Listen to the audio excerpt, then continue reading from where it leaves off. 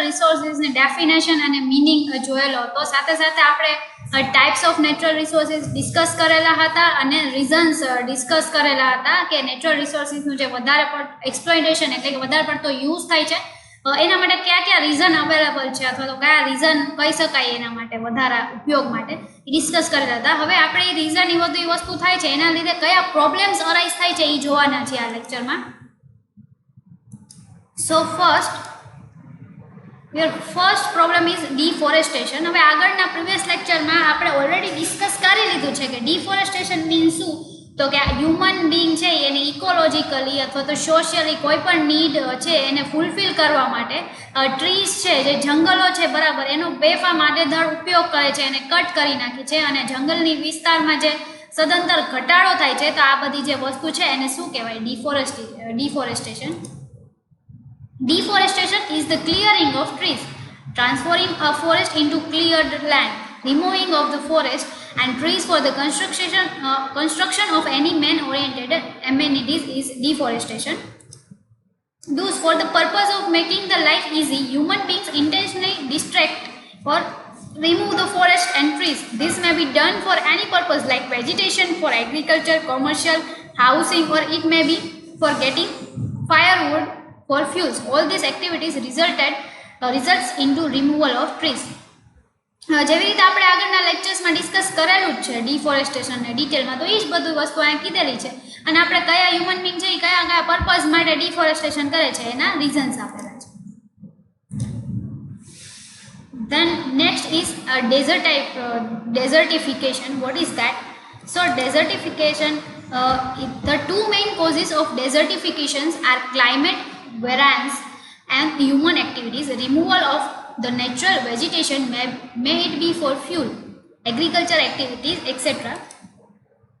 Thus, the transformation of land once suitable for agriculture into desert is desertification. It can also result because of overgrazing and deforestation. એટલે કે આપણે કોઈ પણ climate variance છે એટલે કે આપણે ડિસ્કસ કર્યું કે સિઝન્સમાં જે ભરખમ ચેન્જ થાય છે, ઘણીવાર ઠંડી હોય બહુ ઓછી પડે છે અને ઘણીવાર બહુ વધુ પડે છે, અમુક પ્રદેશોમાં વધારે અમુકમાં ઓછી હોય. સેકન્ડ, હ્યુમન એક્ટિવિટીઝને લીધે આપણે કરવા માટે જેમ કે એગ્રીકલ્ચર એક્ટિવિટીઝ કરવા માટે આપણે કોઈ જંગલો કે એવું કંઈ છે એને કાપી નાખીએ છીએ અને એની જગ્યાએ ત્યાં વેજીટેશન નહીં કરે છે તો થોડા સમય સુધી કરી શકે છે, દેન આફ્ટર એ જમીન પડતર થઈ જાય છે અને એનો કંઈ યુઝ થતો નથી તો એ શેમાં કન્વર્ટ થઈ જાય છે તો કે ડેઝર્ટ જેવી જમીન છે, ખાલી રણ પ્રદેશ જેવી જમીન એમાં કન્વર્ટ થઈ જાય છે. તો આવી રીતે જે જંગલોને એ બધી વસ્તુ હોય એને આ જે રણ એવી વસ્તુ છે એમાં જે ટ્રાન્સફોર્મેશન થાય છે તો આ પ્રોસેસને શું કહે છે? ડેઝર્ટિફિકેશન. Next is extinction of species. So extinction is the end of an organism or a group of organisms, normally a species. The moment of extinction is generally considered to be the death of the last individual of the species, although the capacity to breed and recover may have been lost before this point.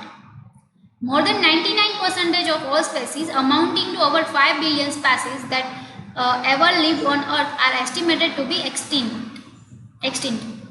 Estimates on the number of Earth's current species range from 10 million to 14 million, of which about 1.2 million have been documented and over 86% have not yet been described. તો કે એક્સટિન્શન of spaces means શું? તો કે જે અમુક સ્પેસીસને શું કહી શકાય તો કે અમુક ટાઈપના જે પ્રાણી હોય બરાબર કે જેમ કે અમુક ટાઈપના વાઘ ને છે બહુ આપણને ઓછા પ્રમાણમાં જોવા મળે છે, એને આપણે એને મારી નાખીએ છીએ અમુક આપણે વસ્તુ કરવા માટે, હ્યુમન નીડ્સને ફૂલફિલ કરવા માટે આપણે એ બધા પ્રાણીઓને એને મારી નાખીએ છીએ, કરીએ છીએ તો એનું પ્રમાણ છે એ દિવસે ને દિવસે ઘટતું જાય છે. તો આ બધી જે વસ્તુ છે એને શું કહી શકાય? એક્સટિન્શન ઓફ સ્પેસીસ બરાબર. એ જ વસ્તુ આપણને કીધેલી છે કે 99% એમ એવા જે છે ઓવર 5 બિલિયન સ્પેસીસમાં 99% સ્પેસીસ છે આવા જે અલગ જાતના ટૂંકમાં પ્રાણીઓ હોય જેની છે બ્રીડ એટલે કે એની જાતિ છે એ બહુ ઓછી છે અને એ જો એક હશે તો એમાંથી બીજા થશે બરાબર. તો આપણે એકને જ માના કે તો બીજા કઈ રીતે એમાં વધારો થઈ શકે? તો આવી રીતે એમાં ઘટાડો થતો જાય છે. આ બી એક એક્સપ્લોઇટેશન ઓફ નેચરલ રિસોર્સિસ છે એ કહી શકાય, બિકોઝ જે બી પ્રાણી કે કાંઈ છે એ બી આપણને નેચર પાસેથી જ મળે છે. તો આમાં એ જ સમજાવ્યું છે કે 99% છે હવે અત્યારે એનું એક્ઝિસ્ટન્સ રહ્યું નથી. અને એની રેન્જ છે 10 million to 14 million, of which 1.2 million have been documented and over 86% have not been described. એટલે કે એની રેન્જ 10 મિલિયનથી 14 મિલિયનની વચ્ચે છે સ્પેસીસની, જે અલગ અલગ પ્રાણીઓ હોય એની, બટ એમાંથી 1.2 મિલિયન ડોક્યુમેન્ટેડ, એટલે કે આપણને ખબર છે કે આટલા આટલા આટલા આવા પ્રાણી છે જેમાંથી, અને બીજા જે 86% કરતાં વધારે છે તો એનું તો આપણને ખ્યાલ જ નથી કે એને બી આવું કાંઈ પ્રાણી કે એવું કાંઈ બી હોય. Next one is forced migration. International Association for the Study of Forced Migration describes its general terms that refers to the movement of refugees and internally displaced people, those displaced by conflicts, as well as people displaced by natural or environmental disasters, chemical or nuclear disaster, famine or development project. These are three types are categorized according to their causal factors, that is conflict, development policies and project and disaster. Forced migration શું? Migration means what કે તમે એક જગ્યાએથી બીજી જગ્યાએ જ્યારે સ્થળાંતર કરો છો. ઓકે, એવું ના કહી શકાય કે તમે ચલો હું આ રાજ્યમાંથી બીજા રાજ્યમાં ગયો 15 દિવસ માટે ફરવા માટે, અથવા તો 15 દિવસ કોઈ પ્રોજેક્ટ માટે ગયો, તો એ વસ્તુ કરો છો એને તમે માઇગ્રેશન ન કહી શકો. માઇગ્રેશન કોને કહેવામાં આવે કે જ્યારે તમારા કોઈ જોબના લીધે તમે જે રાજ્યમાં રહો છો ત્યાં જોબના કોઈ સ્કોપ નથી, ત્યાં કોઈ એવી કંપનીઝ નથી, એવું કાંઈ નથી, તો તમે હંમેશ માટે એક જગ્યાએથી બીજી જગ્યાએ સ્થળાંતર કરો છો, તો આવા કોઈ પણ ટાઈપનું સ્થળાંતર હોય એને શું કહી શકાય? માઇગ્રેશન. બરાબર. હવે અહીંયા આપણને એના ટાઈપ્સ કીધેલા છે કે મેઇનલી 3 ટાઈપના લીધે ઓર 3 ફેક્ટર્સના લીધે લોકો છે એ માઇગ્રેશન કરે છે. ફર્સ્ટ ઇઝ કોન્ફ્લિક્ટ, કે જ્યારે બહુ મોટા પ્રમાણમાં કોન્ફ્લિક્ટ એટલે કોઈ ઝઘડો કે વાદ વિવાદ થઈ જાય છે અને તમે માઇગ્રેટ થાવ છો અથવા તો માઇગ્રેશન થાય છે. સેકન્ડ ઇઝ ડેવલપમેન્ટ પોલિસી, કે તમારું રાજ્ય કે એવું કંઈ છે એટલું ડેવલપ નથી, જગ્યાએ કોઈ બીજા રાજ્યને એ બધું ડેવલપ છે તો તમે એ ડેવલપમેન્ટ પોલિસીસને લીધે ત્યાં ટ્રાન્સફર થાવ છો. And third is projects and disasters, એટલે કે કોઈ એવો પ્રોજેક્ટ આપેલો છે કે ચલો આ કોઈ પ્રોજેક્ટ છે એ જે 1-2 વર્ષ સુધી ચાલશે તો એના લીધે તમારે આ જગ્યાએ રહેવું પડશે, તો it is also cold migration. Disaster, કે કોઈ એક જગ્યા છે, પ્રદેશ એવો છે કે જ્યાં વાવાઝોડું પૂર આવેલું છે, એના લીધે હવે ત્યાં લોકોનું રહેવું પોસિબલ નથી, તો આનો સમાવેશ બી શેમાં કહી શકાય? તો કે forced migration. Next one is soil erosion. What is that? Soil erosion may be understood as the washing or blowing of top layer soil. This is a serious problem for farmers because if the soil has eroded, the crops that gives food will not grow in proper amount. Topsoil is the top layer of soil and is the most fertile because it contains the most organic, nutrient-rich materials. One of the main causes of soil erosion is water erosion, which is the loss of topsoil due to water.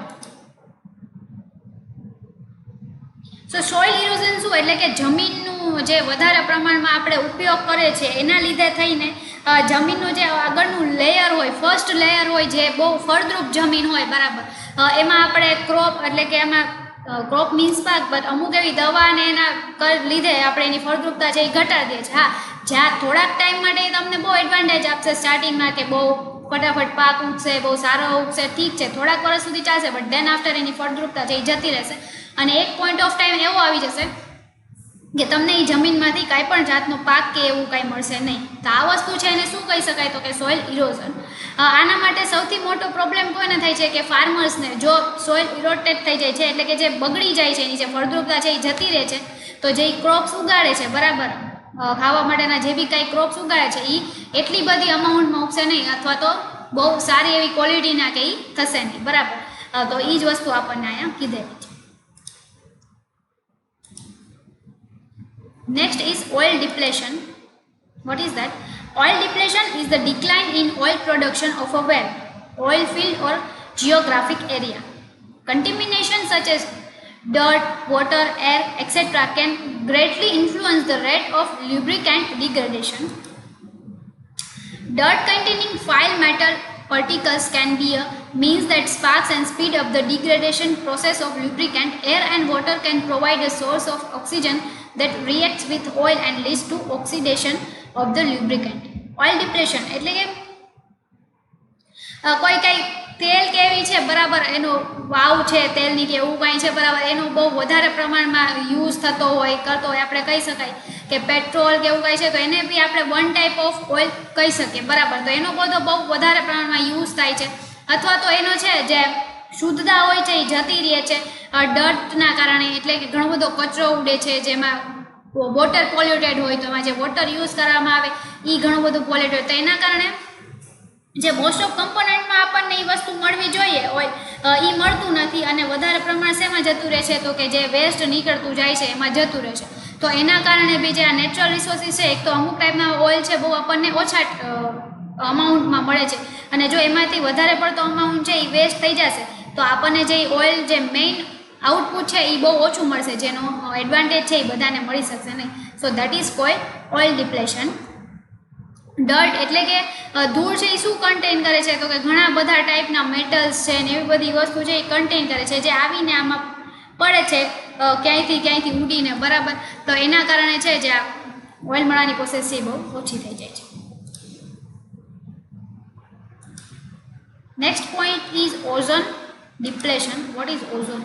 The ozone layer is a belt of naturally occurring ozone gas that serves as a shield from the harmful ultraviolet radiation emitted by the sun. Today there is widespread concern that the ozone layer is deteriorating due to the release of pollution containing the chemicals chlorine and bromine. તો કે ozone depletion એટલે કે આપણને બહુ સારી રીતે એવો ખ્યાલ છે કે ઓઝોનનું જે લેયર છે આપણા પૃથ્વીની આજુબાજુ એ શું કરે છે તો કે આપણા પૃથ્વી છે એનો સનના જે અમુક હાનિકારક કિરણો છે, અલ્ટ્રાવાયોલેટ રેડિયેશન છે, એનાથી બચાવવાનું કાર્ય કરે છે. બટ જસ્ટ બીકોઝ ઓફ પ્રદૂષણ ને આ બધી વસ્તુના લીધે એનું જે આજુબાજુનું લેયર છે, ઓઝોનનું જે લેયર છે એ નબળું પડતું જાય છે બરાબર. તો આ જે વસ્તુ છે એને શું કહેવામાં આવે છે? Ozone depletion. Again extraviolet B radiation reaching earth also slow down the reproductive cycle of microorganic and single cell organisms. This eventually disturb the food cycle. તો અલ્ટ્રાવાયોલેટ છે, અલ્ટ્રાવાયોલેટ બી ના રેડિયેશન્સ છે એ આપણને ક્યાં પહોંચે છે તો કે ઓઝોન પોળના નબળા પડવાને લીધે એ વાયોલેટના જે રેડિયેશન્સ છે એ આપણા પૃથ્વી પર પડે છે, અને જે રિપ્રોડક્શન સાયકલ છે માઇક્રો ઓર્ગેનિક ને આ બધા વસ્તુની, તો એ બધી ઓર્ગેનિઝમ્સ છે એ ફૂડ સાયકલ છે એને ડિસ્ટ્રીબ્યુટ કરવામાં એ ડિસ્ટર્બ કરે છે.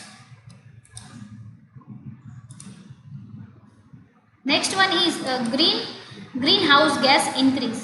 So the largest source of greenhouse gas emissions from human activities is from burning fossil fuels for electricity, heat and transportation. Human activities are responsible for almost all of the increase in greenhouse gases in the atmosphere over the last 150 years. The primary sources of greenhouse gas emissions are electricity production. That generates the largest share of greenhouse gas emission. Approximately 67% of our electricity comes from the burning fossil fuels, mostly coal and natural gas. Transportation contributes 26% of greenhouse emissions, and the greenhouse gas emissions from transportation primarily come from burning fossil fuels for our car, trucks, ships, trains and planes. And then over 90% of the fuel used for transportation is petroleum based, which includes gasoline and diesel. તો કે green house gas increase શું છે કે અમુક એવા જાતના gas છે જે છે આપણી હવાને એને પ્રદૂષિત કરે છે, એની જ આમાં વાત કરવામાં આવી છે. તો કે એનો સોર્સ છે ગ્રીન હાઉસ ગેસમાં વધારો થવાનો સોર્સ કયો છે? હ્યુમન એક્ટિવિટી દ્વારા. તો કે એક તો ઇલેક્ટ્રિસિટી છે બરાબર, ઘણું બધું પ્રદૂષણ થાય છે, એવા બધા વાહનોમાં અને ટ્રાન્સપોર્ટેશનની જે સર્વિસ છે એમાં એવા ફ્યુલ્સ યુઝ કરવામાં આવે છે જે છે એ વધારે ધુમાડા અને એર પોલ્યુશન તો કરે છે, બટ સાથે સાથે એના લીધે થઈને હીટ એટલે કે ગરમ થઈ જાય છે પૃથ્વી, આ બધી એક્ટિવિટીને બી અફેક્ટ કરે છે. હવે લાસ્ટ 150 યરથી એટમોસ્ફિયરમાં ગ્રીન હાઉસ ગેસીસનો વધારો થતો જાય છે એવું કીધેલું છે. હવે આપણને એના પ્રાઇમરી સોર્सेस કીધા છે, કહ્યું તો કે ઇલેક્ટ્રિસિટી પ્રોડક્શન, એટલે કે આપણે ખૂબ જ વધારે પ્રમાણમાં ઇલેક્ટ્રિસિટીનો બી યુઝ કરીએ છીએ. અપ્રોક્સિમેટલી 67% ઇલેક્ટ્રિસિટી છે એ ક્યાંથી આવે છે તો કે આ ફ્યુલ્સ ને આ બધી વસ્તુ છે એમાં યુઝ થઈ જાય છે. Then after coal and natural gases. Transportation છે એ શેમાં કન્ટ્રીબ્યુટ કરે છે તો કે 26% કરે છે ગ્રીન હાઉસ ગેસમાં વધારો થવા માટે contribute. Then after 90% of the fuel છે એ શેના માટે યુઝ થાય છે તો કે ટ્રાન્સપોર્ટેશન માટે, જે છે ગેસોલિન અને ડીઝલનો ઉપયોગ કરે છે, જે વધુને વધુ હવામાં ગ્રીન હાઉસ ગેસ એટલે કે અમુક આ ગેસીસ છે એના પ્રદૂષણ કરે છે, એનામાં વધારો કરે છે. Next one is extreme energy. So what is extreme energy?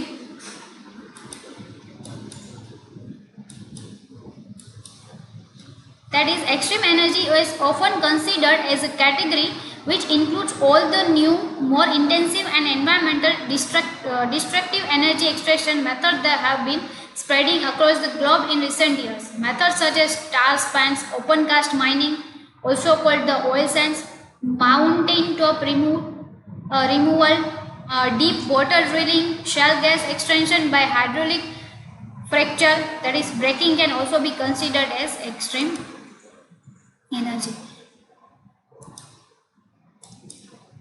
હવે એક્સ્ટ્રીમ એનર્જી છે એને શું કહી શકાય તો કે એક્સ્ટ્રીમ એનર્જી મીન્સ વોટ, કાંઈ આપણને એવું સમજાવવામાં આવ્યું છે કે જે નવા પ્રકારની મેથડ્સ છે, જે બી કાંઈ વસ્તુઓ છે, ટેકનોલોજીમાં વધારો થાય છે, એને આપણે ફેસિલિટીમાં વધારો કરીએ છીએ બધી ટેકનોલોજીને કારણે. તો બધી જે નવી નવી ટેકનોલોજી છે એના કારણે આપણે એને એન્વાયરમેન્ટને ડિસ્ટ્રેક્ટ પહેલાં કરતા હતા, બરાબર. પહેલાં બી એન્વાયરમેન્ટનું ડિસ્ટ્રક્શન થતું હતું, બટ કઈ રીતે તો કે ઓછી રીતે. એટલી બધી આપણી પાસે ટેકનોલોજી નહોતી, એટલી ઝડપથી નહોતા કરી શકતા. તો એક જગ્યાએ આપણે એ ડિસ્ટ્રક્ટ કરીએ કે ઝાડ કેવું કાપી ત્યાં બીજી જગ્યાએ ઉગી ગયું હોય તો આપણને ખ્યાલ ના હોય. બટ અત્યારનું જે ટેકનોલોજી છે અને એવી મેથડથી બધી વસ્તુ એક્સ્ટ્રીમ કરવામાં આવે છે, નેચરલ રિસોર્સિસ પાસેથી વસ્તુઓ લેવામાં આવે છે કે જેથી કરીને એને બીજી વાર રિન્યુઅલ થવા માટેનો ટાઈમ જ આપવામાં આવતો થતો નથી, જેથી કરીને નેચરલ રિસોર્સિસ છે એ દિવસે ને દિવસે ઘટતા થાય છે, જે વસ્તુ આપણને અહીંયા સમજાવવામાં આવી છે. જેમાંની એક મેથડ કીધેલી છે, that is tar sands and then open cast mining, એટલે કે આપણે ઘણું બધું ખાણમાંથી ને એમાંથી બી લઈ લઈએ છીએ, ઓઇલ બી લઈ લઈએ છીએ. વોટર ડીપ વોટર ડ્રિલિંગ એટલે કે દરિયામાંથી પાણી નીકાળીએ છીએ. તો આ બધી વસ્તુ છે એને શું કહી શકાય તો કે extreme energy. Next point is water pollution. Water pollution is the contamination of water bodies like lakes, rivers, oceans and groundwater.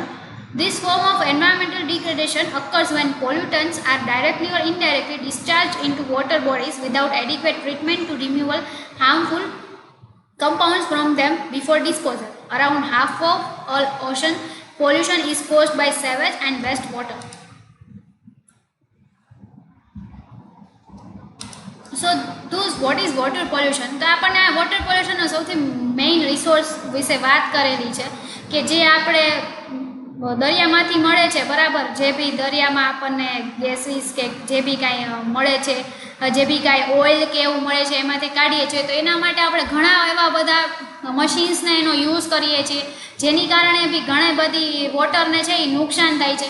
તો એ બધી ટેકનોલોજીને આપણે યુઝ કરી લઈએ છીએ, બટ એ કર્યા પછી એના પછી જે વેસ્ટેજ થયું હોય, જે કચરો નીકળ્યો હોય, એ કચરાને આપણે પાણીમાંથી કાઢતા નથી. જે ખાલી સોર્સ હોય છે જે આપણે કાઢી લઈએ છીએ, અને જે કચરો નહીં છે, બરાબર, એ આપણે પાણીમાંથી કાઢતા નથી અને એમાં ને એમાં રાખીએ છીએ, જેથી કરીને વોટર છે એ વધુ ને વધુ પોલ્યુટ થાય છે, જે આપણને અહીંયા કહેવામાં આવ્યું છે. So those your chapter number 2 natural resources and waste, એમાં પાર્ટ 1 જે હતો નેચરલ રિસોર્સિસ એ અહીંયા કમ્પ્લીટ થાય છે. આ સેકન્ડ પાર્ટ છે એ આપણે આપણા નેક્સ્ટ લેક્ચરમાં ડિસ્કસ કરશું.